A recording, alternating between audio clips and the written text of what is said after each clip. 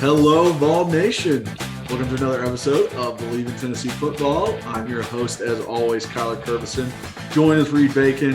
The Vols are 1-0, baby, and we're breaking down the entire game, things that we liked, players that we'd like to see, and what good plays we had and plays maybe that we can adjust or do differently and get better in. But before we get into that, y'all, please, if you're watching on YouTube, subscribe and like and hit that notification bell. Also, leave comments. We absolutely love them. If you're just listening, please rate and review, follow, and download. It helps us so much. And share with your friends and family. Let them know this is the place to go. If you want the game breakdown, if you want knowledge on what's going on, here is where you do it. For the podcast, we also talk about the Pitt game leading into that, what we expect out of them and what they showed us this past week, and give our new locks of the week. So a great podcast. Let's jump into it. By the game. Snap. The kick is in the air, and the kick this time is no, sir-ree. No, sir-ree. Final score. Tennessee 20, Florida 17. Pandemonium reigns. Loads up, fires long for the end zone. The pass is going to be caught by Tennessee. Tennessee wins! Caught by Tennessee, Jawan Jennings. Jennings makes the catch in the end zone on the Hail Mary. Down at the 35, to the 40, to the 45, to the 50, to the 45, to the 40, to the 35, 30, 25, 20, 15, 10, 5. What did he do? All he did was score. Joey Pitt, touchdown on play number 1. All right, so before we get into the podcast, we got to shout out our number one sponsor, betonline.ag. You guys know I say it every podcast. It is the place to go for all your betting news and odds and sports, everything. This is the place, okay? With BetOnline, you get the most up-to-date fighting news. You get to bet on MLB games going on right now, NFL. I mean, you can bet on anything. Team total wins, division wins, individual players, all of it. Okay. So now is the time to sign up. At BetOnline, you can sign up on your mobile device, or you can go online, get a 50% welcome bonus on your first deposit. Just use the promo code BELIEVE at checkout. That's BLEAV. And you get that 50% welcome bonus. So listen, y'all, please use that. Please go to BetOnline when you're doing all your sports betting. It makes things a lot more fun and a lot more interesting. And I always love them. They're the place to go. BetOnline, it's where the game starts. All right, welcome in, everybody. Another exciting podcast here. The Vols are 1-0. Took a whooping to Ball State, and we are going to talk about everything. But first, Reed, how we doing, bud? Ball State is not the only one that is 0-1. I think someone else is 0-1 on their run of the way. I thought you were going to wait a little while before you gave me such a hard time, but geez, right off the bat. All right, first off, do you see this? So I shaved like probably a week ago, and just it was the first time I had shaved all this in my entire life. And what I mean in my entire life, like it took me forever to even grow any sort of really facial hair. Yeah. So since I could have facial hair, I always kept this. But going to the lake this past weekend, I did it as a joke just to have the stash. But look, so another quick story is this Bridgestone. It's an old school Bridgestone hat. Uh-huh. So I'm showing it down here on the Zoom where you and I are talking about showing it here. So look, so if I just go like this, then I'm pretty much just like you. You're cosplaying. Just wait till this gets a little bit more, like it gets a little bit thicker and stuff, and then I trim this up and keep it that, then look, I'll just be like just like you. Exactly the same. Just about 65 pounds lighter. Yeah. But the exact same strength. Okay. Hey, but isn't that a sick hat though? Old I love Briscoe? that hat. Yeah, that's awesome. So anyways, yeah, I thought I would do that as a joke. Yeah, I showed up. So anyways, it was a great weekend. We went to Memphis. We drove to Memphis on Wednesday, and then we went to their lake house down there in Arkansas on Thursday. And so it was with my aunt and uncle and cousins and their two husbands and my mom and dad. Georgia couldn't come. She was actually traveling with some friends, but great time. I absolutely love going to that lake house there. And it's like Tannenbaum, Arkansas, Greer's Ferry, Arkansas, kind of the areas. It's about 2.5 hours from Memphis. So it's a long haul, from here, but we break it up going to Memphis and spend the night. But great time, great fun. Yeah. So there's a course right down the house, right down from the lake house. It's called Tannenbaum.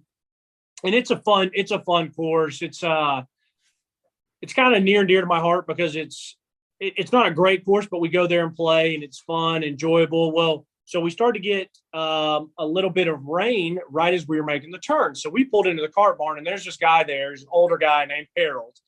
And he's the guy that's like the cart guy. And so we always mess with Harold and talk with him. And so we were in there and this hat was sitting up on the like area in there. And there's a couple other hats and like some old head covers stuff. I was like, Harold, how long has that hat been in here? He's like, oh, a long time. I was like, can I have it? And he was like, yeah, absolutely. He's like, I don't care. He's like, you might want to go home and watch it. He's like, I love that you're just an out of towner and you get the leftovers.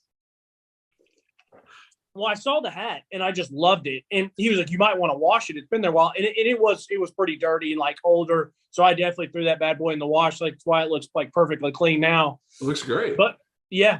So anyway, so it was funny that I found the hat. But so we got to play Tannenbaum. Then there's another course. We got to play Mountain Ranch. So it was fun time, great weekend, good to be out on the lake too. And saw a lot of Arkansas people, and I was always wearing my UT stuff. So I wore my bright orange baseball that says Vols because that's obnoxious as I can be when we got there. And then when we were playing golf, of course, I was repping my UT polo and stuff like that. So great weekend and awesome sports weekend. I mean, Tennessee handles business. My lock of the week won. A lot of good games that we can talk about. But it's funny because I didn't get to watch the UT game. I watched it on my phone, and I got to see the first little bit. And then as we were getting on those back roads, getting close to Lake House, it went out. Yeah. So then I was just keeping up with it. And then I knew I was going to go back and watch it. So I actually watched the entire game, took my 3-page of notes yesterday on the drive home because my dad was an absolute superstar champ and ended up driving the whole way. I offered, and he was like, he kind of has this weird thing that he says, if I'm in the car, I might as well just be driving because he can't really relax when someone else is driving. No, well, and more power to him. And more power to me because I enjoy not driving. Yeah, exactly. How was your weekend? It was good. Hanging out here. We're still going antique shopping every Saturday to try and find stuff, try and find, a desk, a chair. We found a chair, ergonomic like chair that my wife can use. And she very much likes to move around while she sits. Yeah. So it's always it's knees up, it's knees down, it's folded underneath, it's extended out. So we got this chair that is like it almost like has a footrest in front of it. So you can kind of like put your feet or your knees on it and all that kind of stuff. So it just helps her because she's a fidgeter while she's working from home. So does she work from home a lot? Not a lot.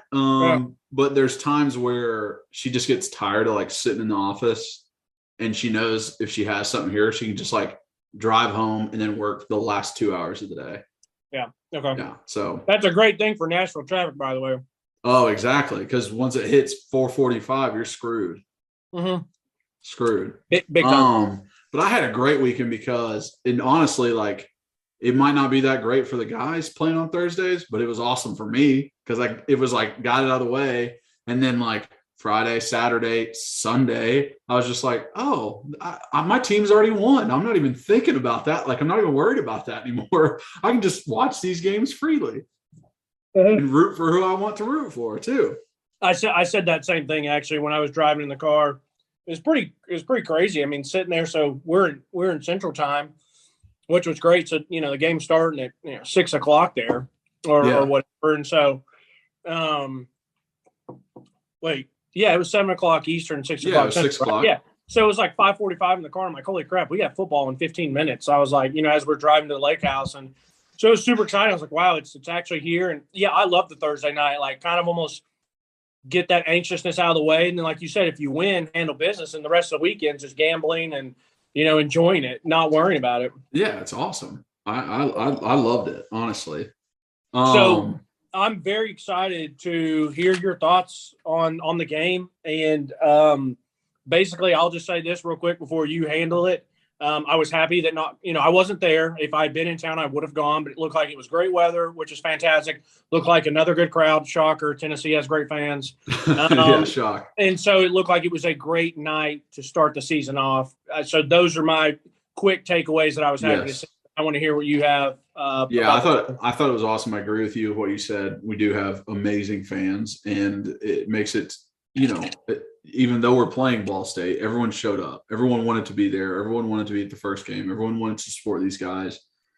So absolutely love that. I absolutely love that there was never a shadow of a doubt. There was never a, wait, hold on. Is this it's not like Georgia Southern, or what was it? Georgia Southern or Georgia State? Georgia State. Georgia State. It wasn't like Appy State. Right. That was was that in overtime in 2016? I think so. It was close. I remember that. It was close. Like Dobbs had like a last second. That's what I remember. Yeah, I liked Scott Satterfield. That's when I found out about Scott Satterfield as a coach. I was like, dude's a stud. So it wasn't that great. Yeah. It wasn't that. It was a route. It was easy. I wasn't worried about anything. I could watch and be like, let me look at this stuff. Like, let me not follow the ball. Let me look at this stuff. And I think a lot of the stuff that we said on last podcast showed up, and they did what we wanted and said that, hey, this is probably a good idea for them to do. So that was kind of cool to see too. I don't know. Do you want to go defense, offense? You want to go offense, defense? Do you want to go like first through the fourth? What do you want to do? I don't really care. I mean, I love offense, so I can start there. That's fine. Start offense. And we can just kind of go back and forth on it. Unfortunately, my notes are not as organized as usual because I'm literally was writing while riding in the car. So it goes offense, defense as I watch the game. But yeah. That's fine. Okay, so offense. First offensive play is a touchdown. If there was a bet on that, how much money do you think it would have made on that their first offensive play of the year was a touchdown? And it's to your favorite player, Jalen Hyatt. Don't try to act like I'm a hater. I'm not a hater. And don't act like you haven't said the exact same shit that I have. No, I know. But yeah, touchdown to Jalen. Great way to start. For some reason, Ball State thought, you know what? First play after a turnover, we're going to run man coverage. for some reason, like, you don't know we're going to take a shot. Like that's what you do after a turnover in plus territory. Like, you take a shot every time. Wait. You think that play to Jalen Hyatt was taking a shot? Well, no, but I wouldn't have ran man coverage on defense if I was Ball State. I mean, Ball State, they don't have many options. They're going to run zone. We're going to crush them. If they run man, we're going to crush them. But because the rest of the game, they dropped 8 and rushed 3. So they were a little wiser at that point. But I mean, I love the offensive performance. I love what Hendon did. His calmness in the pocket, his decision-making. They integrated RPOs even more into the system, where it was literally Hendon deciding if wide receivers getting the ball or running backs getting the ball, and no one else knows. The other 10 guys on offense didn't even know. So the defense is definitely not going to know. And I love it that way. That is the best way to take advantage of a defense. And we did it with Dobbs all the time. depending on different plays, he was reading one guy or maybe reading multiple guys, but he was the only one who knew where the ball was going. And that's the best way to do it. So I loved seeing that.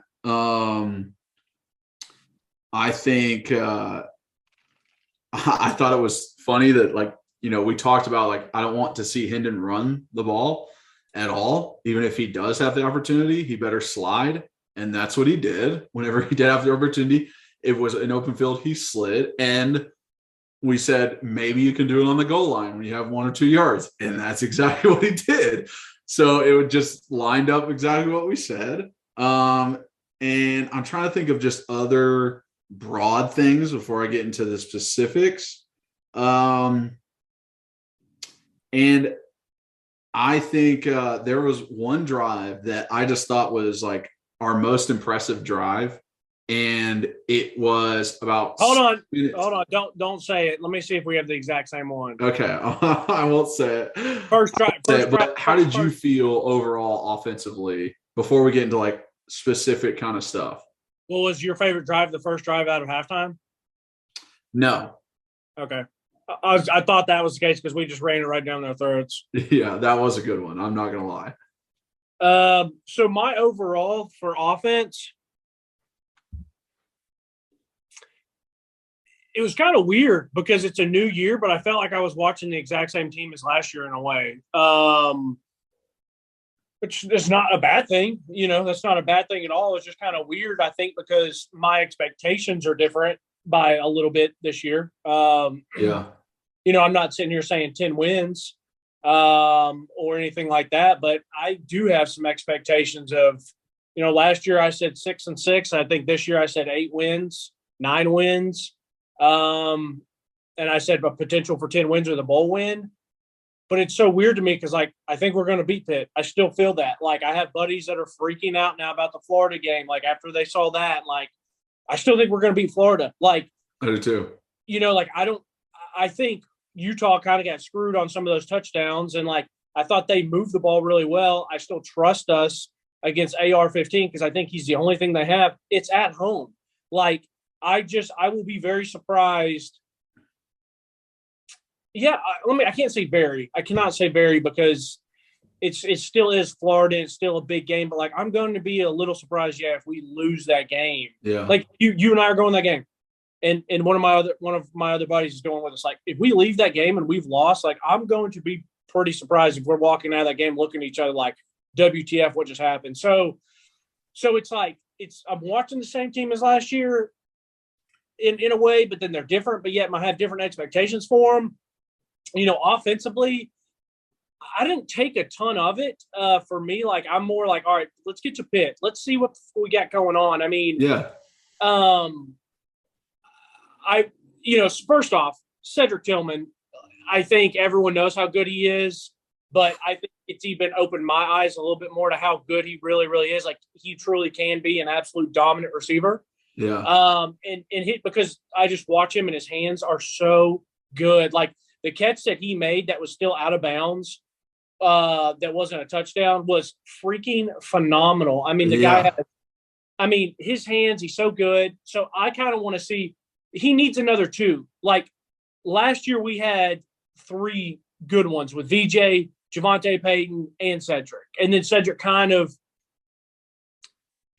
took away at the end of the season, like, okay, he's probably our best, but also kind of like, well, he's coming back. So we knew we weren't going to lose him type deal. And so it's like, you know, so we kind of put more eggs in his basket. But, like, it was great to see Jalen catch that and get in the end zone. Like, I still want to see more. Like, yeah, I mean, he had one other catch. That was it. So it's like, yeah, you want to see more. And, like, Brew had a couple catches. And, like, he made a move on the sideline that I thought was pretty good. But those guys I'm not seeing as, like, game changers, and everyone else talks about them as game changers. And I'm like, well, I mean, they're good, but, like, I would pick Valus over both of them any day of the week. Like, Valus just went 3rd round in the NFL, so obviously I know, but that's what people are expecting out of them, and it's like, pump your brakes. But I mean, even some of the other guys that aren't, like, technically as big as them, like Ramel Keaton played great. First off, let me finish. I didn't get to shout out Ramel. All right. So anyways, offensively overall, like I said, before we get into that, they look very similar. At times I thought I wanted to run the ball a little bit more. I thought the running backs ran really hard. I thought they gave some really, really good effort. I thought so, aka the individual effort from Jabari or Jalen was great. I love seeing Dylan. And Jabari can still, I mean, his cuts are nasty. I mean, he makes people look so dumb. Yeah, no, fantastic. So awesome to see his effort. Same thing with Jalen Wright. It was good to see Dylan Sampson in there doing kind of what I thought he could do. I still think when we get that dynamic dog running back, it's going to be pretty cool to see. When we get a guy that's 6'1", 205 and can just fly and it's kind of like one of those big time running backs that you see at some of these other schools. So that'll be neat. But yeah, so offensively, I want to see kind of who are going to be the guys at receiver. Is going to really solidify himself as making plays? Can he go out and have a game where he's 8 for 110 and 2 touchdowns, and like a couple of the runs were, hey, we got the ball, but you made it. You're the one that did something with it. We throw you a screen and you can break 2 or 3 tackles and house call it or whatever, because they threw the ball around a lot. I mean, Walker had a touchdown. My man Jimmy Holiday had a touchdown. Ramel Keaton had an absolute great catch across the middle on that defense. I mean, fantastic catch. And that one in the end zone was also a fantastic catch. Incredible. The only reason is because that guy was underneath him. That's the only reason he couldn't get his foot down. I mean, that was an incredible catch too. I was like, I had to rewind multiple times. I'm like, golly, he caught that? Yeah. Yeah, no, and that was kind of that exact catch that we saw at practice is what he did in the end zone. Yeah. That day that I was like, okay, I see you. Like, that's impressive. And then, Squirrel was in there a little bit. So it was good to see him get some run. I mean, it was great to see a lot of guys. We saw a lot of guys. That's what I was about to say. Like, it was nice to see that we had, 10 receivers have a catch. Like, it was just everyone got a chance, and even Jack Jansen got a catch, baby. Mr. Dependable. Love it. So it's going to be, and that's how it was last year, kind of to start the season. And then it's kind of, like I said, who's going to solidify themselves?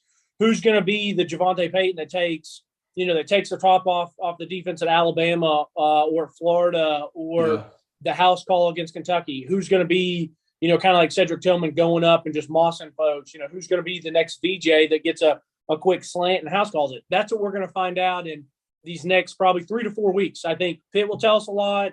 Then everybody else will kind of probably get some play against Akron, and then it's okay. It's kind of go time, kind of starting SEC play with Florida. Offensive line I thought was fine. I'm more interested to see what you have to say. Yeah. But offensively, there's not much I can really, overall it was good. I will say this. The last thing I'll say on offense is overview. And it feels like I am going to be attacked, or like feels like I should be attacked for saying this. Hendon still misses some throws that I feel like he should make. I mean, it's the same thing that he did last year. Yeah. And I know everyone wants to talk about Hendon for Heisman, all this stuff. I could not ask for a better human type person, a better leader, kind of how he goes about his business, how hard he plays. But it's just so wild to me that, like, I still feel like if we have a dynamic guy at quarterback who is by himself really good, not just good because of Coach Heupel in this offense. So, like, for example, if Nico can come in and it's like Nico's going to be a dog no matter who he's with, and you put him with Heupel, that's when things could get really scary. Now, am I saying it's going to be him? I don't know. I'm just using that as an example. Yeah. Because people have to forget, like, Hendon Hooker came here, and if it wasn't for Heupel, I don't know if Hendon's our starting quarterback. And that's not to knock him, but you still have to hit some of these throws that are kind of like, dang, man, like you just airmailed a dig, or you just airmail Princeton fan on an out route, or you overthrew a guy who was absolutely beat the coverage. Those are plays that you have to have. Yeah. So anyways, And at the end of the game, Heupel like mentioned it, his like closing little thing with Cole Kubelik. He was like, we can't miss that throw over the middle that Hendon missed. And so he's obviously saying that and like, hey, Hendon, like we can't miss those easy completions. And then like his first throw, like, or Brew's first catch. Yeah. I mean, if that's versus any SEC team, that's a pick six. Yeah. It's like, bro, you can't like, I understand that the play is set up for him to get the ball, but it's like, don't risk it for that interception. So there are some things, right, on Hendon's side where it's like, we can be better. Doesn't mean he's bad. It just means we can be better. I think on the offensive line, so they did exactly what I called. They went series by series, Mincy and Jeremiah Crawford back and forth. They played most of the game. Like they were still with the twos when Joe was out there. They were still rotating. And I, in my opinion, watching it, think Mincy outperformed Jeremiah. But you thought Jeremiah was going to start, though. And I did think Jeremiah was going to start because of what I saw in spring and a little bit in fall camp. And I didn't get to see Mincy in spring. But Mincy's overall athleticism, and there was a times where I felt Jeremiah was very head heavy and leaning and not really like controlling his guy, just leaning on his guy. And that's, you just can't do that as an offensive lineman. Like he's going to push pull. He's going to get rid of you. It's easy money pickings for him. So I think Mincy outperformed Jeremiah. Now, does that mean Mincy starts and plays the entire game versus Pitt? I don't know. That is up to the coaches. But if I am a coach and I went into it saying this game will tell me who's going to start, and I told both of them that, Mincy would be my starter next week. So we will see what happens. But I loved how he played. I think my favorite drive was, it was like 6 minutes left in the second quarter, and it was 6 plays, 53 yards in 1 minute and 50 seconds. And it was just like each play it was different than the play before, and it was productive, every single one. And then the last one, Spraggins literally carried Jabari into the end zone. I was like, God dang, that was an awesome, like that was exactly what I wanted. And it made it to where the game felt out of reach, that drive and that touchdown. I think it put us 24-0. And that's where it kind of felt like, oh, okay, now you can't really catch up. So that was my favorite drive. They were never catching up anyway. Well, I know, but that was like the solidifier I felt in my head. I love the fact that they changed up their run game. They started the game running inside zone a lot. Then they realized what Ball State was doing with their 3 down linemen in front. And it's not going to, like, your double teams just don't work in inside zone. So what they do? Power and counter. They just started running counter every time, bring that tight end across, and it was just gashing them. So I love that it was an adjustment. Now, versus Pitt, we're going to be running inside zone, but we'll get into that later. And then, I mean, I feel like I kind of called it with Justin Williams-Thomas. It's like I don't see him playing really at all this season. And you were like, at all? I was like, maybe blowouts. I mean, guy got 4 snaps, and one of them was a fumble. And it's not all Justin's fault, and it's not all Taven's fault. It's both of their faults. So, but that happens when you have a freshman center, freshman quarterback, freshman running back, and at the same time, stuff like that happens. So Right. But I mean, everything else, I just absolutely love. I'm like trying to look through my notes. I love what Joe did once he got in there. I thought he was calm in the pocket. He still, dude. It is a absolute missile coming out of his hand, and that worries me sometimes because like if he even added a little bit of touch to that tight end dump pass, it's completed. I mean, the guy should have caught it, hit him in the hands, but he rocketed that thing in there. I love that play, and I thought it was. We ran it with Joe, and when the game was kind of out of hand. Yeah, man, as many reps as Joe can get, it's good. I thought he had a really good play when he dropped back. He looks to the right. The Ball State had a great defensive play to say, can't throw it over here, I'm picking it. So he said, all right, it's deuces, and he ran out the other way and got the first down. To talk about the offensive line, though, real quick, I thought Mincy – dude, I'm telling you, when we first saw Mincy in spring, I was like, big man.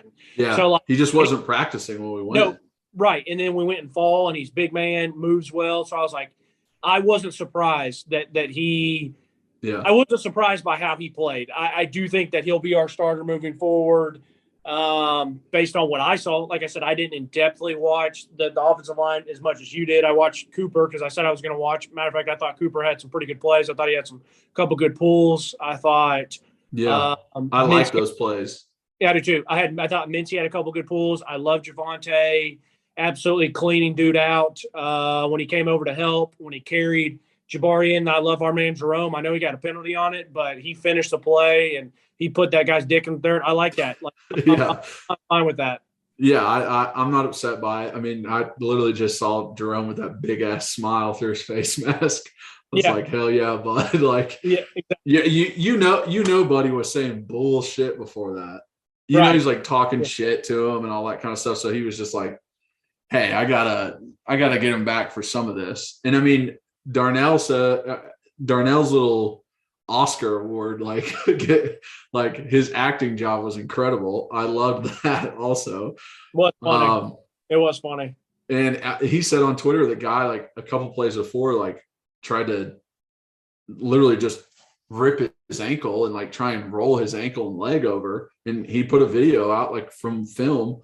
I'm like, yeah, he did. So yeah, get him a personal foul, get him taken off the field. Like, I would do the same petty stuff if he's going to try bull crap like that.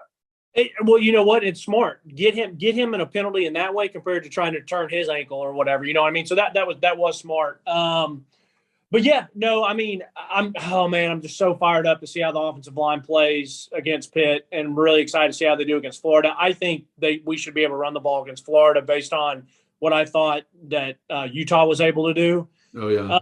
And let me say this, I thought Princeton Fant, and I thought Jacob had some good ones too, but I thought Princeton Fant had some fantastic blocks. They used him a lot, whether it was they had him a lead read option. They had him coming up in like, I think the A or B gap, and he blasted a linebacker. So, I mean, Jacob and him both, man, are doing a lot of that dirty work as lead blocking, H-backs type stuff. So I thought they both played well on those things. Yeah, so offensively, I pulled the stats up. I thought we played a clean game too. I don't remember. It's not showing me how many penalties we had on here. We had like 6 total when I looked at it last. And I mean, like some of them, it's like, you know, Jerome was a penalty. The refs pretty much gave us a delay of game before the half, which is just like, what are we doing here? And then I think there was just like some random ones that like it was not pre-snap. It was not like, you know, the duck in your head. It wasn't like a face mask. It wasn't like dumb stuff in a sense. So it made me feel a lot better. Well, I remember when we stopped to eat right before we got to the lake house, and my Wi-Fi the Wi-Fi and watching it on my phone was still kind of going in and out. But I do remember, I think it was second quarter, and they had 4 penalties. We had 0 at the time. So I was like, okay, you know, pretty clean game at that time. No penalties. We, you know, no turnovers. We had gotten a turnover, you know, only maybe missed a couple shots here and there from Hendon, but still an overall clean game. So, I mean, first downs, we got 32 first downs. I love the balance, 13 rushing, 15 passing. You know, we had 218 rushing yards on 51 attempts. You know, probably would have maybe seen a little bit more on there, but that's okay. 5 rushing TDs, and then passing, we had 351, you know, 27 to 35 for the QBs. 3 touchdowns. Then we put up 569 yards total offense. So that's good, so very, very balanced. Oh yeah, I'm sorry. It does have penalties on here. So 6 for 48. I'm fine with that, and compared to Ball State 12 for 83. I mean, 6 of 48 is not bad for a first game of the year. No, definitely not. Not for a first game. I mean, everybody's out of sync in the first game. Right. So I'm pretty happy with these stats. Like I said, maybe I would have liked to seen 250 on the ground or whatever, but it's okay. But yeah, so I'm ready to kind of dive in and start talking some specific plays offensively if you want to go ahead. Yeah, I mean, I said earlier, like the RPOs, I like really enjoyed the fact that I saw like offensive linemen literally blocking inside zone and Hendon throwing it out, to the side, just like we have numbers. I think that will be an intricate part of us next week playing Pitt. So I love to see all of those. That pop pass to the tight end, we absolutely love that Joe got to do. Hendon did not. And there is this like get under center when you're on the goal line, that kind of thing. But I do love that Hendon has an option to pull the ball and run it himself. Like, it just adds a wrinkle to it that you just don't get when you're under center. So I do enjoy those plays. I like some of the plays where they pull the tackles that you don't usually see that on counter. And I think they did that because usually on counter, you pull the backside guard and he leads up to the front side in the gap. When you're playing a team that had 3 down linemen, it literally makes more sense to pull the tackle because there's nobody over top of him. That guy is pretty much over top of the guard. So it just made sense to pull the tackle, which I love that they have that wrinkle and they can use it versus that kind of front. So that's one of my favorite parts about Heupel's offense. I mean, it's literally doesn't matter what defense you're in. We have certain plays that work against it. And I thought Mincy looked really good when he pulled. Yeah, I did too. And like you said about Cooper, like there were some outside zone plays that Cooper was pulling all the way outside the tackle that I love because Cooper is athletic. Yeah. That's his thing, is that he's a little bit smaller, but he's athletic and can move. And it's like, all right, get him in space. Let him go hit somebody out in space, which I love too. I think like because we're playing Ball State, we didn't really get to like run any screens, which I love screens. I love getting the big uglies in front of the running backs or in front of a wide receiver if it's a tunnel. But, you don't always get the looks to run screens. So I'm not like upset by it. And, it's hard to route combinations when you're watching like the TV copy because you can't really see them past there. Right. But I mean, I thought it was great. There was guys open every play. So I'm like, all right, good job. And it's like impressive that there's guys open while they have 8 guys in coverage.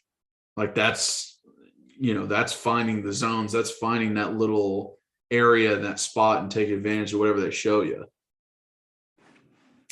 Yeah. I agree.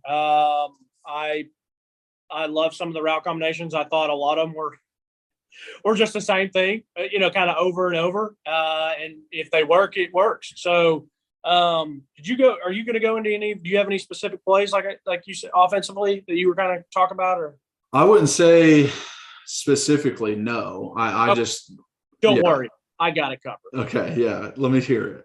Okay. So first off, I'm just going to kind of go through these notes. First off, I thought it was absolutely hilarious. First play of the game, kickoff. The guy catches it, returns it literally like to the 20-yard line. So it was nothing special. He gets tackled on our sideline and immediately like jumps up. It's like doing this and like John like saying stuff like literally like from the middle of our sideline to probably out 15 yards. And I'm like, God, you didn't just even break it like 30 or you're not even at the 30 or 5 or 40-yard line. Like, what are you doing? So then it was so funny that the first play of the game defensively is what happens. Then we score. So anyways, now offensively is what we're talking. So let's talk about the first play of the game. They run and they did it a lot. So I'm not going to say that this is like the new thing this year, where last year was the slot shot where we just ran the go route from the slot and absolutely torched people. But we did the outside guy. If you're watching on YouTube, outside guy kind of comes in, and it's almost like it's a very weird, it's almost like a snake route. They kind of like are getting off the line of scrimmage and kind of coming in, and it could be a deep dig. If they cut it off and kind of hit on that straight line, it could be a dig, or they could kind of even take it to a post. But it's kind of just basically clearing out, and then the inside guy runs what looks like it's going to be kind of a wheel route, and then they just turn around and hook it. And so that happens. You hit Jalen, he catches it. They don't have a chance of tackling him, so it was a great play. Well, I watched that play. Cedric was open, so they could have hit Cedric. Now, I don't know if Ball State did this on purpose, but it was kind of unique where they had their corners playing way back.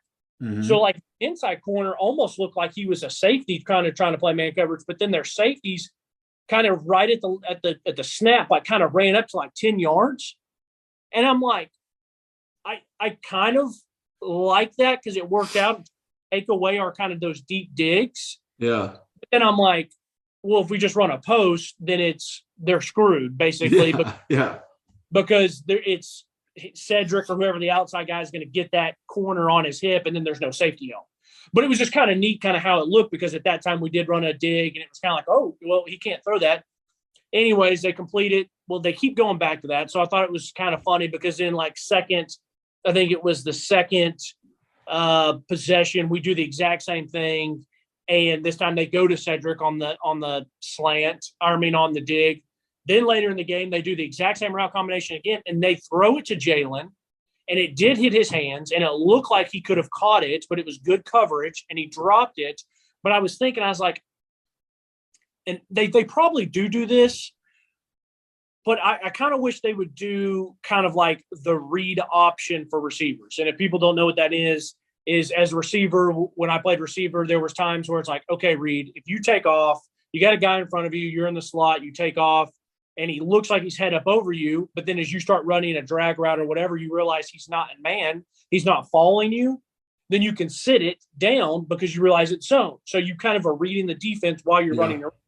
And if he is following you and it is man, then obviously you keep running to try to create separation. So I was like, well, if we do that wheel route, if he sees that guy is, I guess, kind of, if he can tell if that guy's in man, then he can just continue it on. But if he sees it's in zone, then that's when he curls up and does it. And maybe that's what they do, whatever. But so anyways, I thought those are some pretty good route combinations. Yeah. Let's see. I have on here said could have scored, so I just said that. I said, hey, nice way for Jalen to get it started, for himself and build the confidence. And honestly.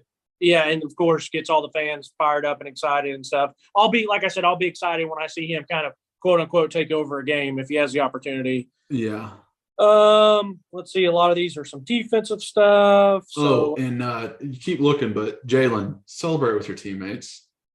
As an offensive lineman, it was the worst thing in the world to be like, yay, we scored. Let me go down there and celebrate. And I'd run to this side, and he's running across the end zone. I'm just following him like a lost puppy. Then he runs onto the sideline. I'm like, sweet, bud. I just blocked for your ass. You're not going to come celebrate with me? I didn't. What did he do? Did he just keep running away? Yeah, well, he caught it, ran into the end zone on the right side. I don't know if it's – and then just ran all the way across the end zone and then just ran to the sideline. And you could literally, if you watched it and you were paying attention, you could see, Mincy and the offensive lineman, running after him, and then all of a sudden they just and run back to field goal. It's like you're just leaving your dudes out to dry, bro. Go celebrate with them. Yeah. So I actually have on here second play on O is the exact same route combination. This time I did hit Cedric, so I said that. Let's see. I loved the so on one of the 4th and 1, which was a big topic last year, was not just 4th and 1, but 4th and short or 3rd and short. They ran right behind our man Jerome. He cleared the way. They got the first down. So I was happy to see that. Obviously, I want to see how we continue to progress on our short yardage. I mean, there was another short yardage where the safety for Ball State timed it perfectly, and he actually got a good shot. He didn't wrap up, and he didn't have his head in front. I think if he'd gotten his head in front, he would have made the tackle, but he had his head right on the thigh of Jalen. So it kind of tackled Jalen, but he had enough to kind of reach it out. Like, that was close. I don't even know if that was a first down. It was very close. It was very close, and it was a great play. You know, for me, seeing that safety do that, I was like, almost in a way, I was like, damn, bro, like that would have been a sick play if he could have wrapped him up or got the head in front of the knees, as they teach you to tackle, to kind of trip it up. Yeah, exactly. But happy to see that they ran behind Jerome. So I have it here. Would like to see the whole wheel route combo as like a read, like I've already talked about. Oh, okay. So this was a neat play. I did not see this last year. Neat play that I didn't see last year. So they have the two receivers stacked. So if you're watching on YouTube, they have the two receivers stacked, squirrels behind whoever it was. And they both take off like it's going to be a route combination, but then the first guy blocks and squirrel just runs a 5-yard hitch. So it's like a quick screen, but not behind the line of scrimmage, which you see a lot. This is almost like a screen/pick play because the front receiver was never going out for route. He comes off firing like he's running a route, but then he stock blocks. So it's kind of cool. It's just so the ways that they try to get the guys' balls in space is neat. You know what I mean? Exactly. So it was cool. Obviously, they want to get squirrel the ball and stuff. Let's see. It's so funny. I have so many more defensive notes. No, we've got a ton of defensive stuff to talk about for sure. To finish up on offense, like I said, I felt like Princeton fan had some really great effort and some really great blocks. Yeah. My favorite drive was right out of halftime because we just pounded it right down the throats like we needed to do. So that's pretty much all I had from the offensive side of the ball, and based on some of those specific plays, and then kind of our overview. So good. I very much enjoy Princeton fan. I think he's awesome. I think he's a good route runner. But I would enjoy, and it might be biased, but Jacob getting out there on the edge and running some routes, and also being a blocker for some of the wide receivers. I think his big frame on a corner is just like absolutely unfair. So, I mean, I would like to see that more. I agree. I want to see us attack the middle of the field more with Jacob. Sometimes I get a little frustrated when we put Princeton in the slot, and I get why they do it, because he's a bigger body. He kind of has like a miniature version of that Delaney Walker. Yeah. So they think if he runs a slant, it's really hard for a defensive back to get through his body, and they did run like a slant to him on the goal line, which the PI got called. I don't trust him enough when we have all these other really good receivers. That are we really going to take a 3rd and 2 or 3rd and goal or 2nd and goal shot to Princeton? And no disrespect to him. I'm just talking about hands wise and athletic ability wise. If the ball's not right on point for someone else to make the catch. Yeah. So anyways, okay. So you want to talk defense now? Yes. Let's go into defense. Tell me what you got. Okay. So, I mean, let's talk about the first play to just start. I mean, absolutely love it. Who's my guy to watch? Danico Slaughter / star position. And it's a pick on the very first play with Tamari McDonald. And, you mentioned him whenever I said Danico. And I mean, I just absolutely love it. I love the play by him. We saw so many replays. It was like his eyes and his shift from like, okay, I'm in the flat, I'm covering this guy. Okay, he's gone. I got to look inside. I got to watch what the quarterback's doing. And he looks inside, watches the quarterback, sees that there's another guy coming out to the flat. He's like, oh, I got to pick up this running back coming later, and bumps back over. Like, his eyes were so good on that play, and his transition between his assignments to where it was like, that was awesome. And pressure on the quarterback, made a bad throw, and Tamarian's got it. What do you got? I have to jump in here. I don't think, first off, his eyes were great, and it was a great job to jump. But when I watched this, I watched it probably 8 or 9 times. And it's weird why this happened. But if you're watching on YouTube, we had our outside guy, which was Christian Charles. Then you had Tamarian McDonald on the inside. But if you watch it, Kyler, it looks like when number 2, which is who Tamarian's over, it looks like you see Tank McCullough come flying in as if, and I don't know why they would do this defensively, because it's kind of really hard for the safety. But when number 2 kind of does his thing, if you go back and watch it, Tank is flying through to cover him. And then Tamarian at number 3, which would be the inside guy, which is who they try to throw it to. So I don't think it was an actual pass off, reading different assignments. I think Tamarian really did have number 3. And kind of faked like he had the 2. Right. And I think so. I think it looks like, it sounds cool. Like, hey, we're going to fake that you have number 2. You'll pass off. Tank will get him behind. But that's a lot of traffic for Tank to kind of fight through. But it ended up working out great because Tamarian at least kept his eyes on his assignment. He did not get distracted. If you have number 3 on the inside, you got to remember that you have number 3 on the inside. So if he blocks, then the rule might be if he blocks, you can come blitz. If he stays in the blocks and find a zone and try to help out, like kind of like a robber. But it ended up working out great. So I just wanted to correct you on that. I don't know if that's right or not. You might be right. I'm just saying the way it looked like to me, it looked like Tank had number 2 and Tamarian had the number 3, which was the tight end. If Tamarian can confuse John Paddock, he can confuse me. But that was just awesome to see from him.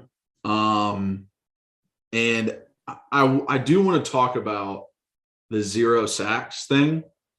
And everything that went into that. I don't know if we need to just talk about some other stuff first and then maybe dive into it.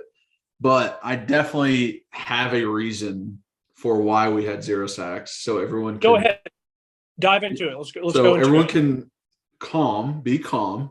It is no issue that we had 0 sacks. The reason we had 0 sacks, and I will put up screenshots from the video, is Ball State did every possible thing they could do to prevent sacks. They did everything. I mean, they had cuts on all of their quick passing plays. They would not let their offensive linemen just block our guys. Whenever they did have 5 blockers in, no running back help, no tight end help, they were cutting.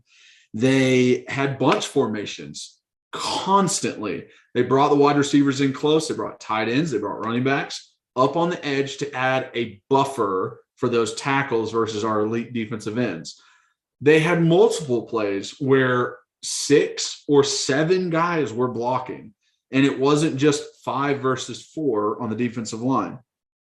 They had so much quick release. I mean, John Paddock was getting rid of that ball as fast as he possibly could on almost every play.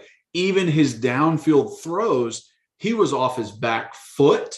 He was floating them to his wide receivers. It wasn't darts. It wasn't direct. He was making sure he got enough air on it for his receivers to get under it because they were only 10 yards into their route when he would throw it. This guy averaged 6.3 yards per completion. There's a reason for that. It was all low. It was all 5 yards or less. Like, he had a couple throws that were deep, but that was it. And the last thing is screens. They ran screens constantly throughout the game. It was one of their best plays. They almost scored a touchdown on. And all screens do is slow down a rush. That is what they're for, is to make those defensive linemen think, oh, wait, is this a screen, and slow down their rush. So Ball State did absolutely everything that they could to prevent our defensive line from eating. And what happened because they did that is they scored 10 total points. That's the effect. That is the cause and effect. If you diminish your offense to really paying attention to that specific group on the field, you aren't going to get anywhere. So we had 0 sacks, but they couldn't score to save their lives. And I'm okay with that. I actually thought their screen games were pretty good. But when I kind of dive into this as defensively, it cracks me up because we brought the house all night. I mean, they were absolutely I guess we didn't pay attention to hype enough when he said not only are we going to be one of the most aggressive offenses, we're going to be one of the most aggressive defenses, and he means it. And for me, I've never been a huge blitz guy. It kind of makes me nervous sometimes. It's very feast or famine. I'm more of a conservative. I'm not as feast or famine. If your team scores, and there's a chance to go for 2 and win it, sometimes that makes me nervous. Vrabel loves doing that. And I'm kind of like, hey, let's kick the field goal. Let's see if we can, bend but don't break, let them make a mistake. But in a way, I kind of love it. And I get why Tim Banks and why the team does it. I really do. I in a way, like I said early to start this podcast, we are a lot of the same team as last year.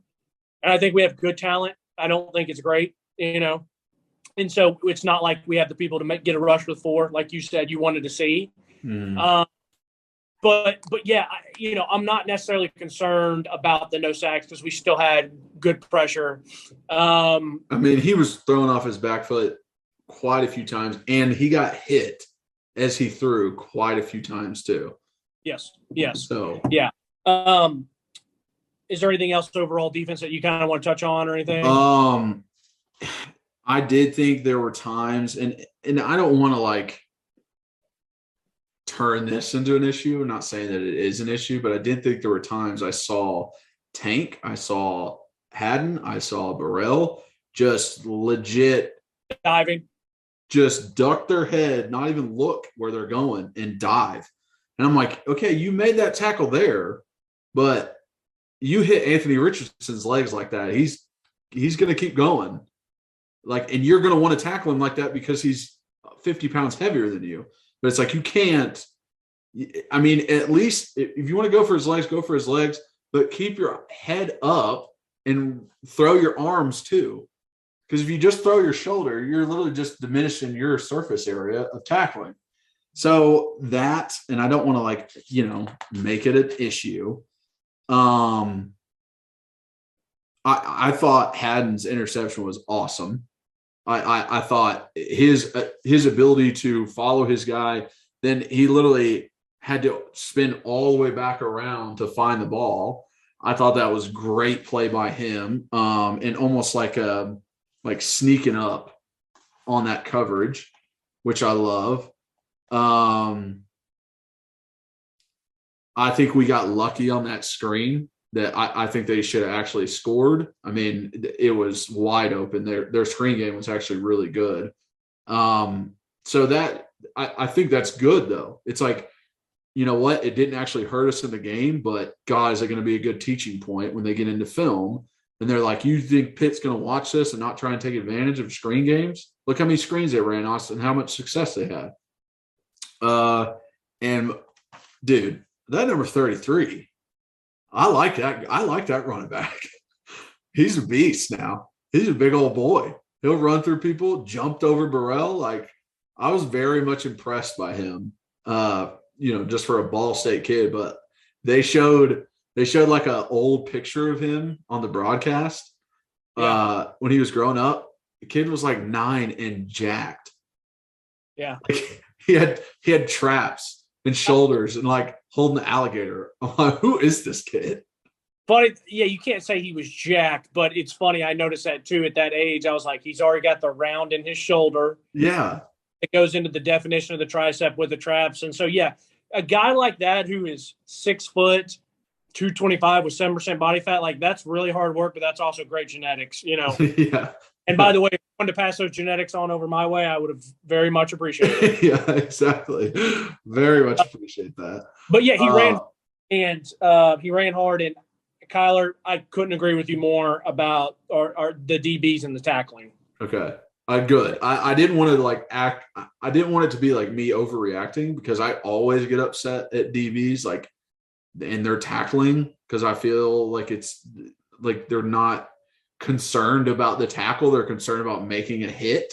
And it's that's not the point of it.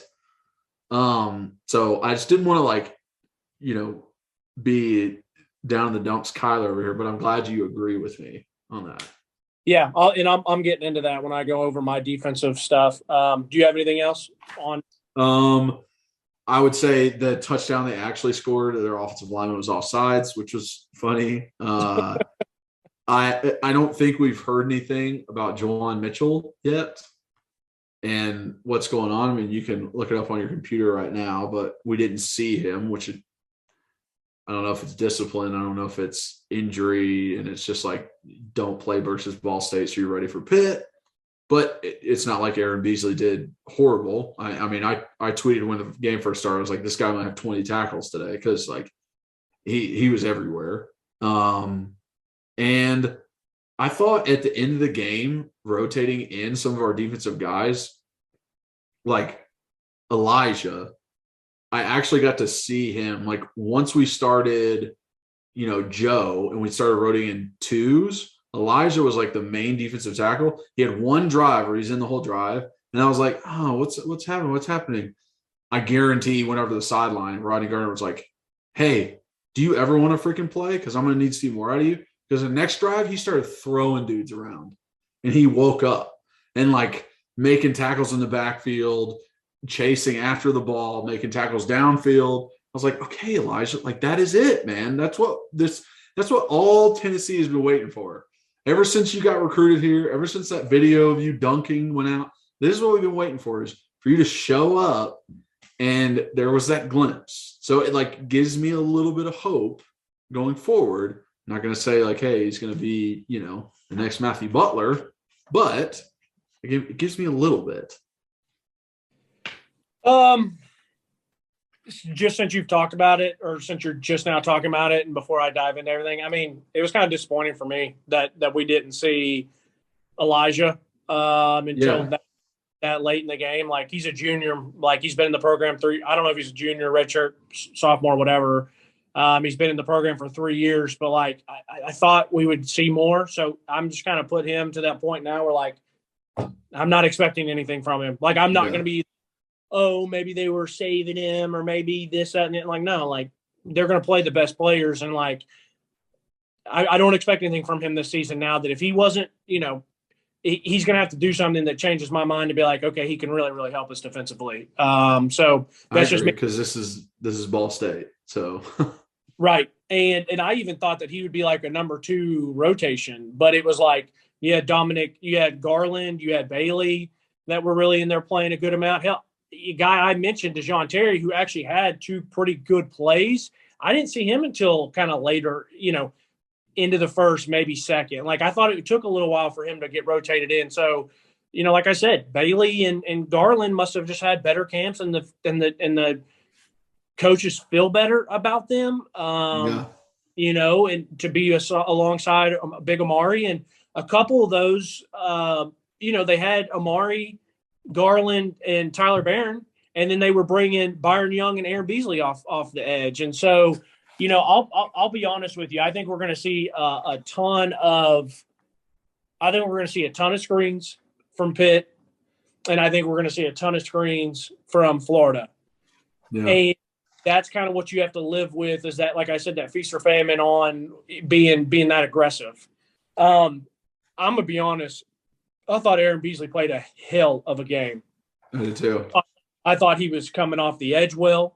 He is fast when he shoots his gun. He had a play, Kyler, that's on my notes as one of the plays, where he's the backside linebacker. So he's on the, he's middle, but he's still the left side middle. They run it opposite side to him. Now, don't. This isn't anything knocking at Jeremy Banks, because Jeremy Banks came up and shot his gun and took on 2 blocks, which is what he was supposed to do.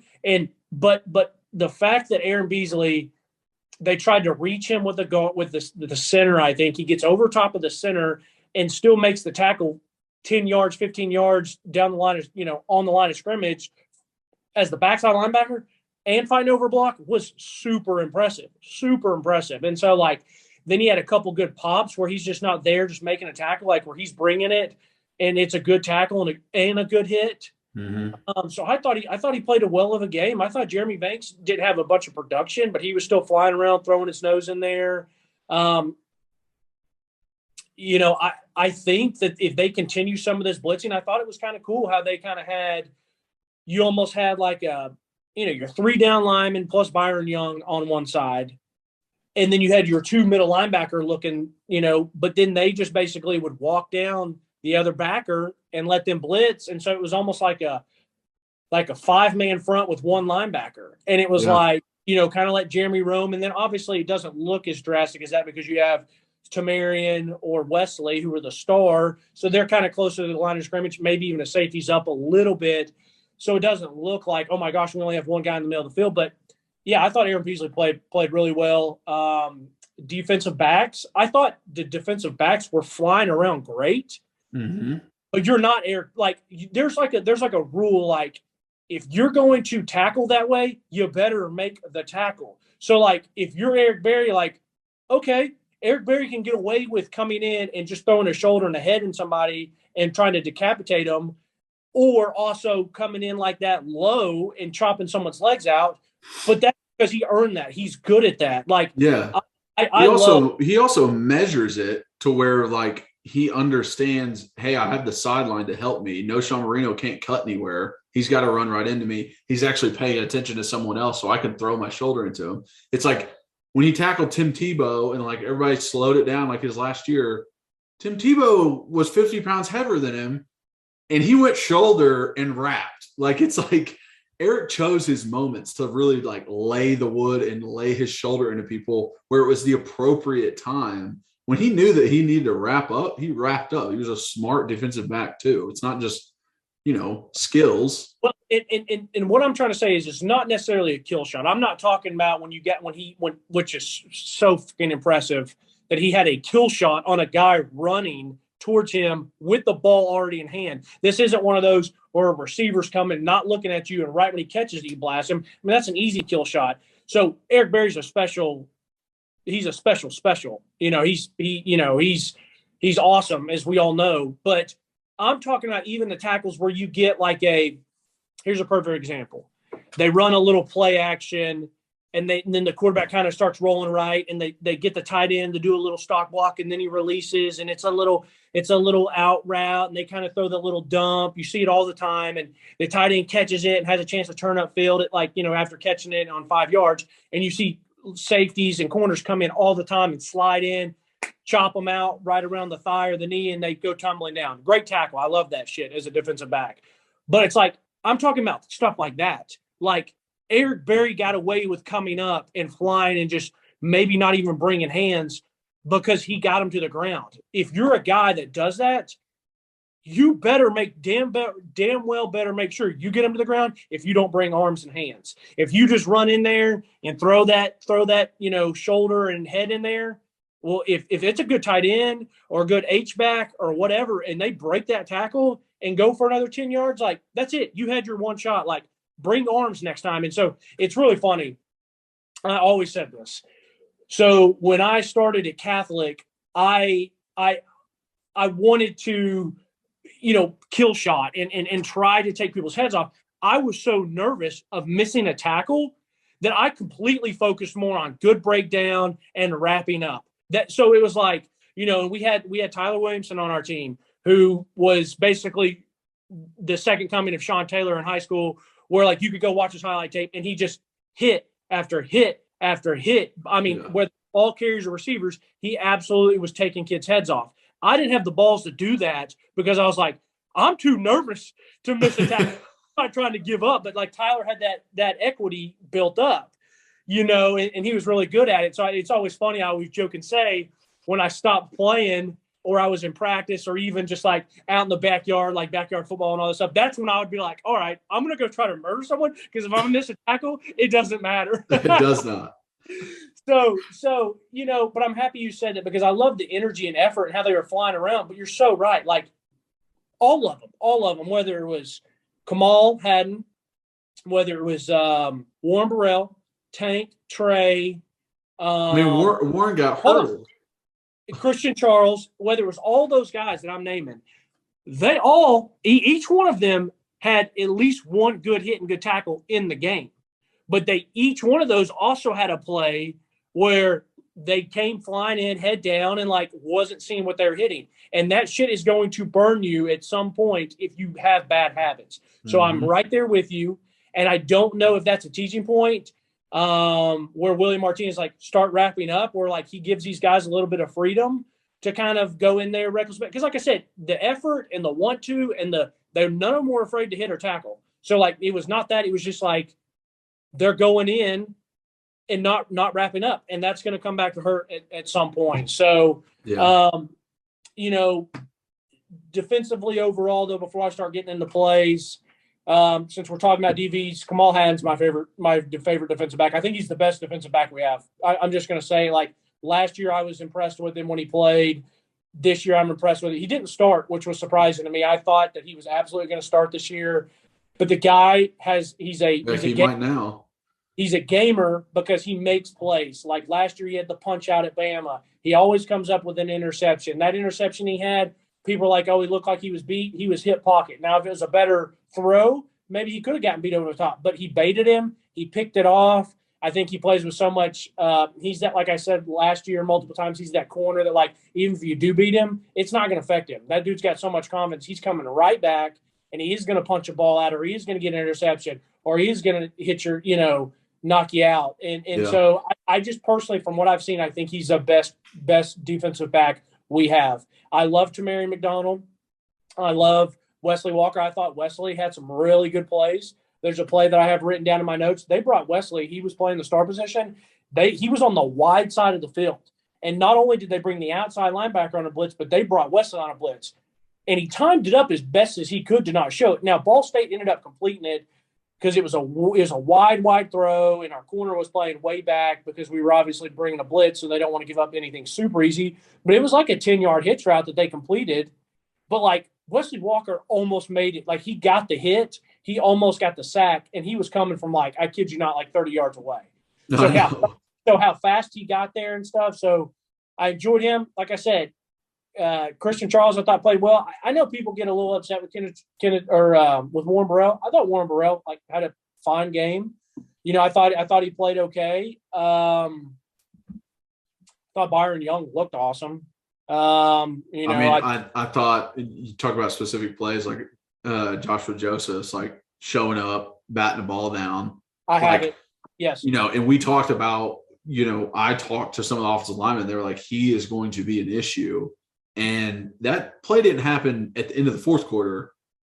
That was in the first quarter. Like, they are playing Joshua Joseph. Like, he is enough of a specimen and a football player where he is getting rotated in immediately, which is awesome to see. I absolutely, I have it down. I was going to get there. I love to see that. If that had been in the third quarter, I'm still thinking it's a great play. It was like the second possession or third possession on defense. Yeah. And you know what was so funny about that? If he had not read his keys, he probably would have picked it off. But what he did, or I shouldn't say read his keys, if he had not done what he was supposed to, he may have picked it off. But since he got a jam and got a hit on the guy, it delayed him just a second to where he hits his man, gets a jam, and then looks. And that's when he is going to find the ball and gets it back. But if he was not paying attention, just watching the quarterback, he might have picked it. But I would rather have the player do what he's supposed to do, because in the long run, it's going to pay off. But to see him out there, Jordan Thomas, the freshman defensive back, had a great tackle on kickoff, so it was great to see him. He already looks like a good player, man, like size-wise, physical-wise. Yeah. Defensive line, Roman Harrison brought his energy, as always. Byron Young was out there flying around. Didn't get as much production out of him as I would have liked. It's okay. It doesn't matter. He's going to be there. Tyler Barron was whatever. I thought Dominic Bailey, like I said, and Garland were good to see, like, getting some pressure. Yeah. Amari Thomas played well. I thought Amari actually read the screens pretty well. I did too. I thought there was a few plays, like when he got one-on-one pass blocking, that like he made some moves on dudes where he was in the backfield running after like the quarterback. No one was on him. He was going to get a sack if he held onto that ball, and he would let it go. So there was very close sacks left on the field, because I think Ball State's quarterback was like, I'm getting rid of this shit. I am not getting leveled by these guys. I don't want that. So I think he played smart as well. It was probably definitely a coaching point and teaching point going into this week. Like, hey, get rid of the damn ball. Yeah. But yeah, so I'm really excited to see the defensive line rotation again this week. Like I said, I thought Deshaun Terry had some good plays when he was in. Is he going to be in more in bigger spots this week? We'll see. Byron Easton was in there. Latrell Bumpus was in there. Let's see. Let's continue to see who's going to give us progression. Linebacker-wise, like I already said, I thought Aaron Beasley played well. They got Solomon Page in there. I actually like to see P.A. Garland. So I like PA. He was actually getting into play at linebacker. They brought him off the edge a couple times. It was good to see him get hurt later in the game after a nice hit. I hope he's okay. Juwan Mitchell, I want to see him.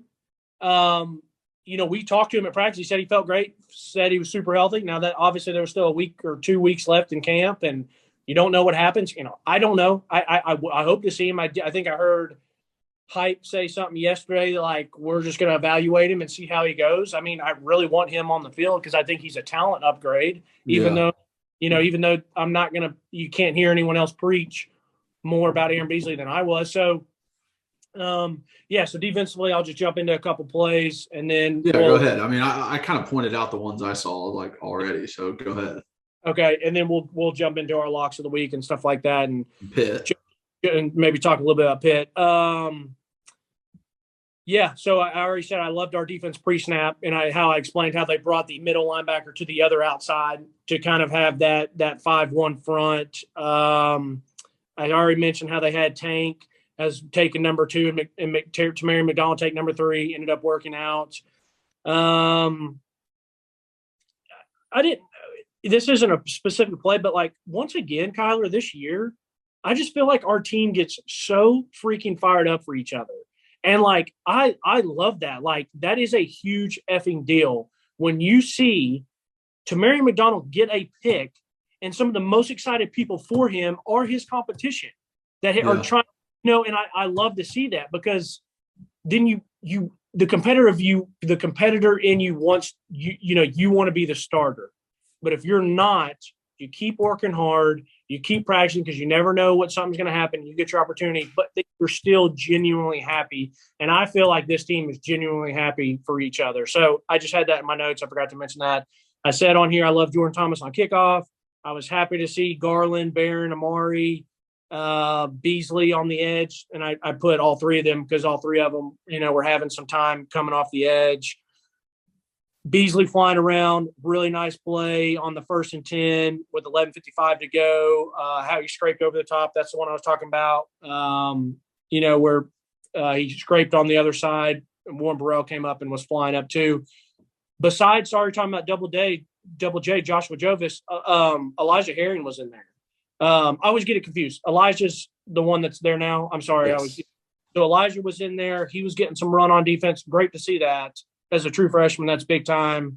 Let's see. I already got talking about Kamal Haddon, how many great plays he had. He had he got a little handsy, but they didn't call him. But he had besides his interception, they had the bat away. He had some good hits. Mm-hmm. Let's see what else I have. Like I said, have DBs flying around on here. It's a great stop by Tank coming off the edge on that 3rd and whatever or 4th and whatever. By the way, I respected Ball State going for those 4s because they didn't have a chance anyway. So, good on them. Hey, it gives us some practice, for our guys to be like, hey, don't think the drive's over after 3 downs. Yeah, exactly. So on one of the screenplays that they did run, I thought Aaron Beasley read it unbelievably perfectly.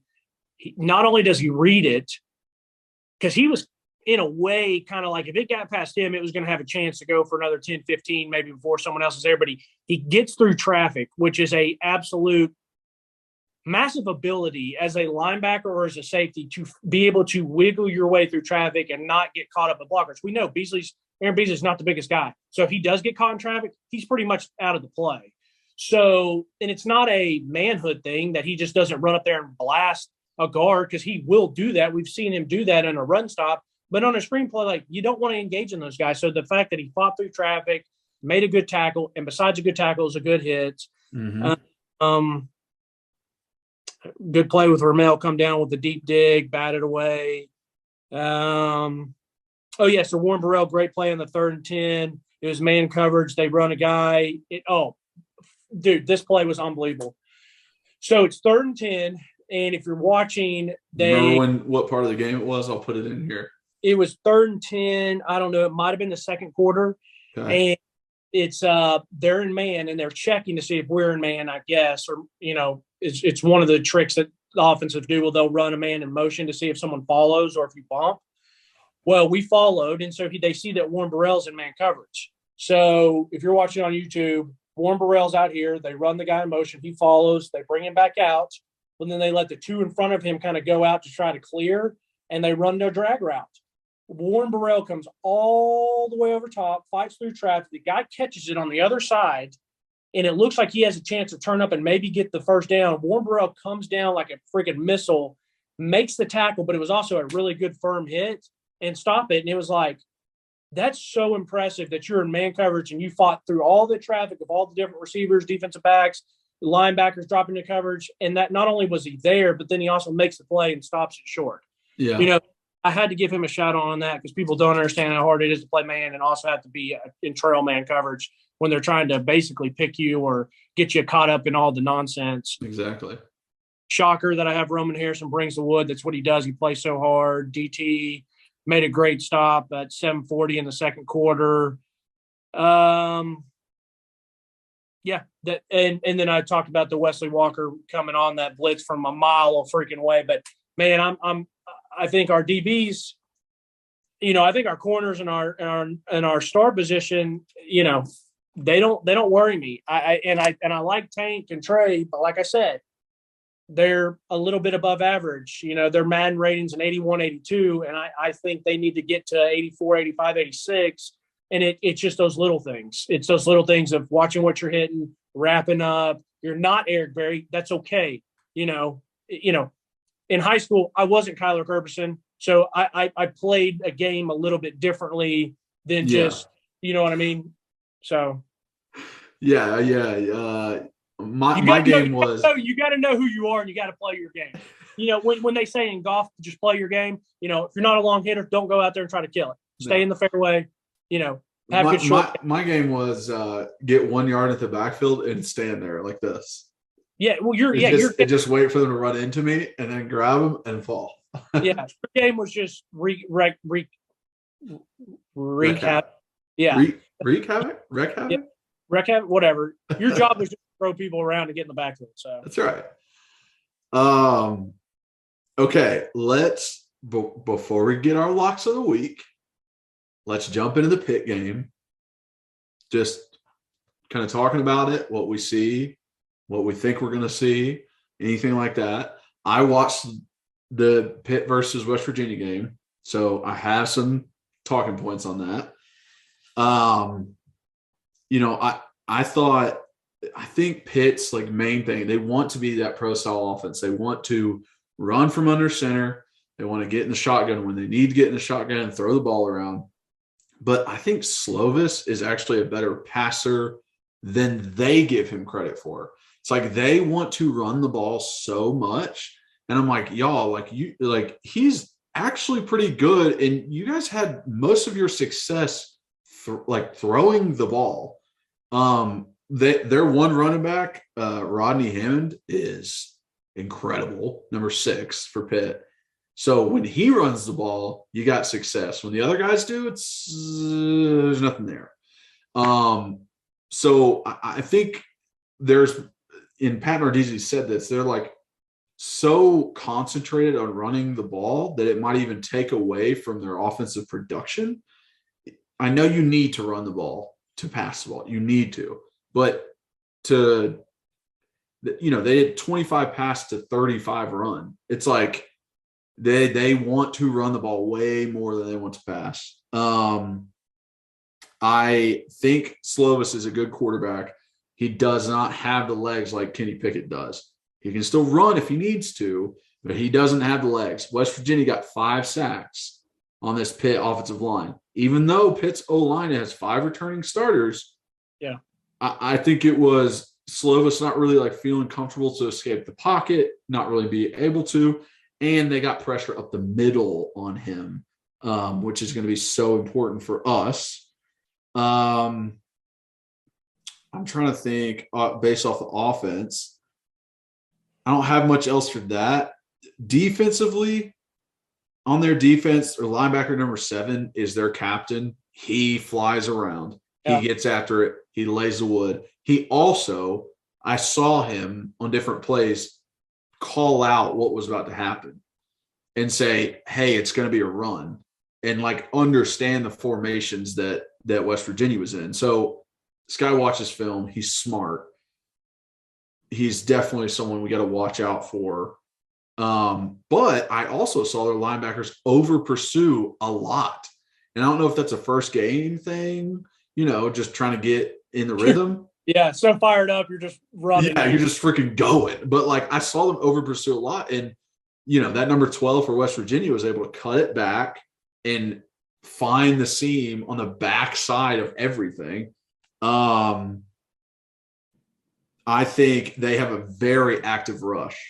They are sending blitzes like you were talking about earlier. They're also sending blitzes. If it's 3rd and long, they're not just rushing 4. They're bringing 5, sometimes 6 guys. So they would rather the quarterback be uncomfortable than to cover our guys, but their DBs ain't it. I mean, they're not it. Like 25 was getting toasted by guys, and these West Virginia wide receivers aren't like household names. You know what I mean?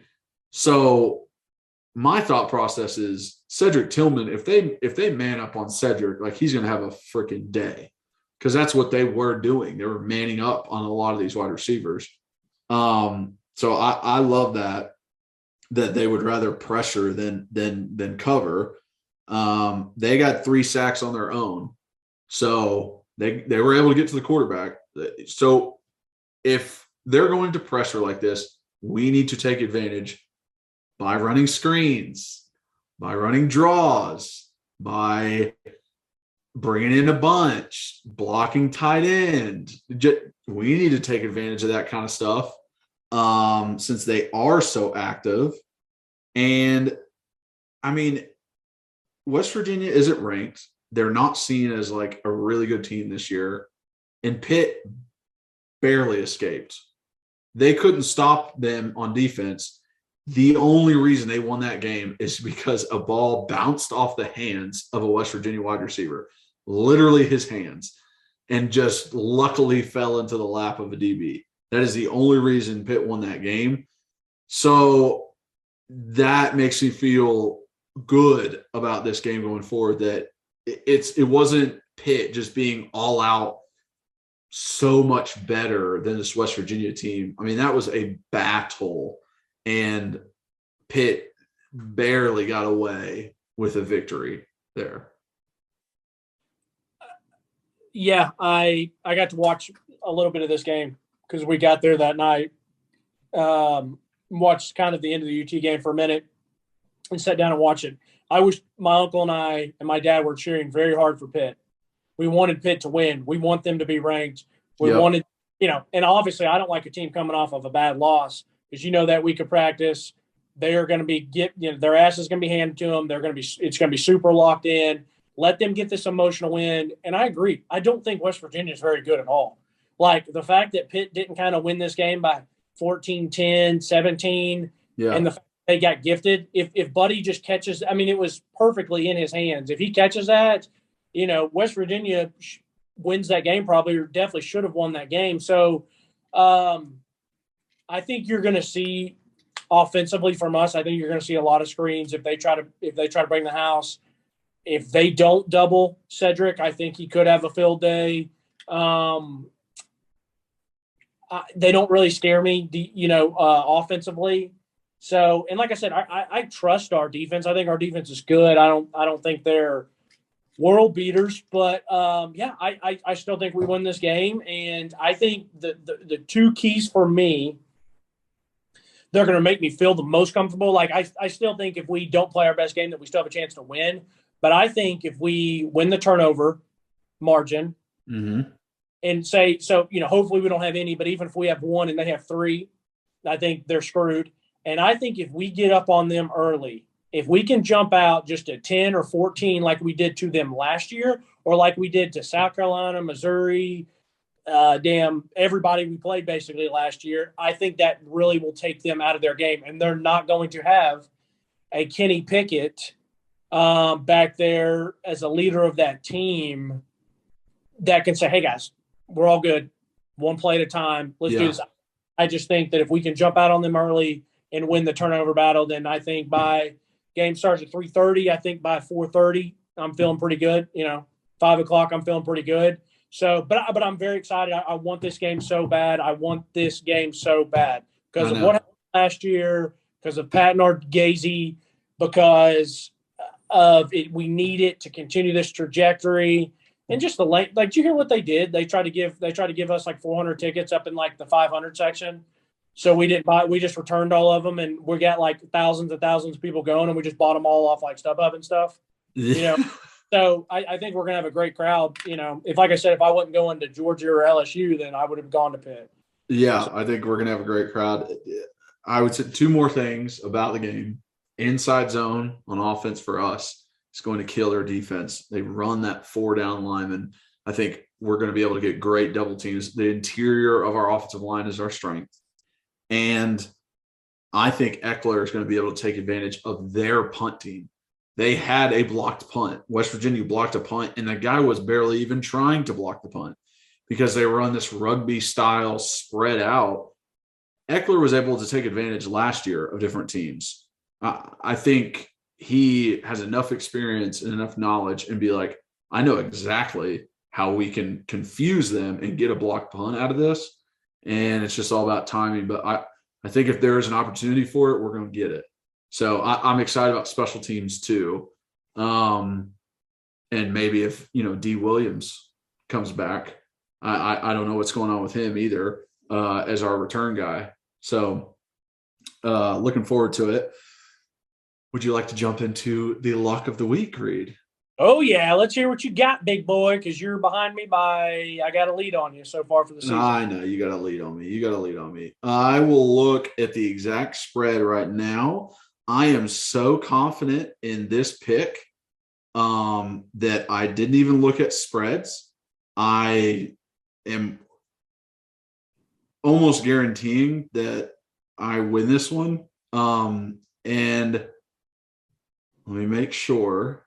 Lock of the week. All right, perfect. It is Florida versus Kentucky, -4.5.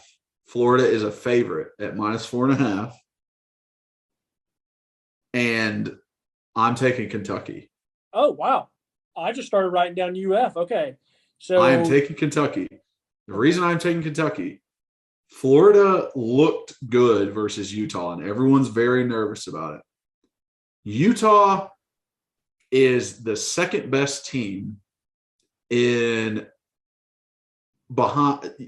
second or third best team behind Oregon, maybe USC, and Oregon just got mollymopped by Georgia. This notion that the Pac-12 is very good because they play each other, it's just I don't see. I think Utah is a good team. I wouldn't say they're number 7. I don't think they deserve number 7. And so Florida's win doesn't seem as drastic to me.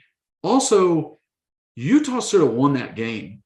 They were literally on the goal line about to score a touchdown, and he got too overconfident and throwing to his tight ends, threw into like triple coverage. They could have kicked the field goal and tied it and went to overtime. So I just think Florida isn't quite as good as everyone thinks. Also, they are so high on themselves right now. This is that sleeper game that's Kentucky coming in after a big, big win. And you're so high. And so I'm great. We're going to be good. We just went out and got hammered on Saturday night. They did.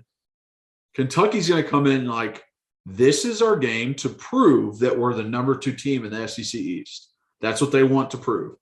And they have had good luck versus Florida for I don't know how long. That is one of those games where it's always like Florida's good, but they can't beat Kentucky. Kentucky has their number for some reason. So I see this as Kentucky winning outright versus Florida because they're coming off that big win. They're high in themselves. They've been partying for the past 3 days, and Kentucky has something to prove playing Florida. So I see Florida losing to Kentucky this weekend. Okay.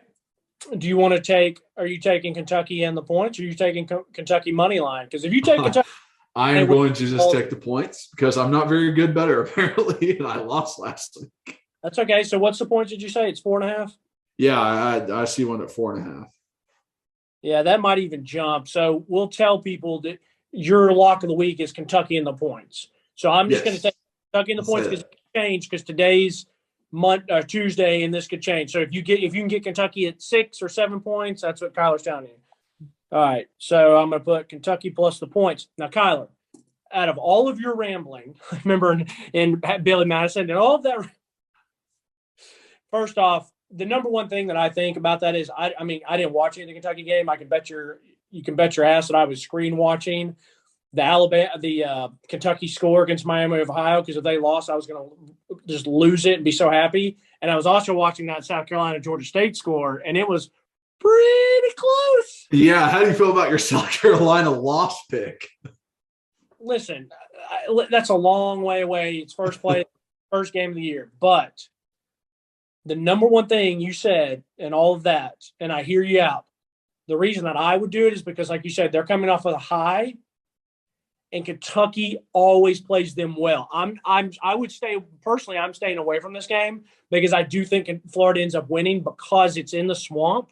But I love where you're thinking. I think it will be a close game, and like I said, Kentucky beat them last year, and because I was watching that game, potentially had money on that game. But Kentucky is that thorn in their side. So I respect that. I'm good with you. Mine is I'm trying to look up here because I've already placed them last night. I took Alabama first quarter, and I took Alabama first half, and I'm also probably going to take Alabama in the game.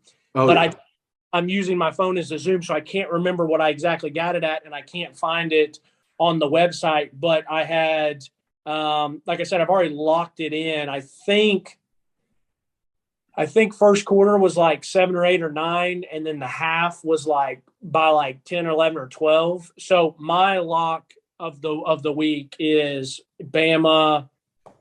I'll just say Bama full game. So I'm going to say my lock of the week. Yeah, I saw one it's -20. No, that's the full game. That's the full game. So I was trying to find the first quarter because, like I said, I've already placed it last night. I just don't remember what it is, but. So since I don't have the official number, even though I'm telling you guys take Bama first quarter and first half, I'll take Bama minus the 20, and that'll be my lock of the week. I think that's a good bet. I think it is. I don't think Texas is ready for that. I don't either. All right, great pod, my friend. It was good to have games to talk about. Heck yeah, man! And make sure you guys make those locks of the week on betonline.ag. Appreciate you all watching and listening. If you are watching, please subscribe, hit that like button, hit that notification bell, leave a comment. We love the comments, read answers, every single one of them. And I try and get in there and like and answer if they're directed towards me. If you're listening, please rate and review on all your podcast platforms. Download, follow us on there so you get the podcast every Wednesday. If you want to follow us on social media, at Believe in Tennessee for our main account on Twitter, at rbacon26 for Reed, at Kyler Curbison on Facebook, Instagram, and Twitter for myself. And just appreciate you guys. Cannot wait for next week. Eat shit, Pitt. And as always, go Vols.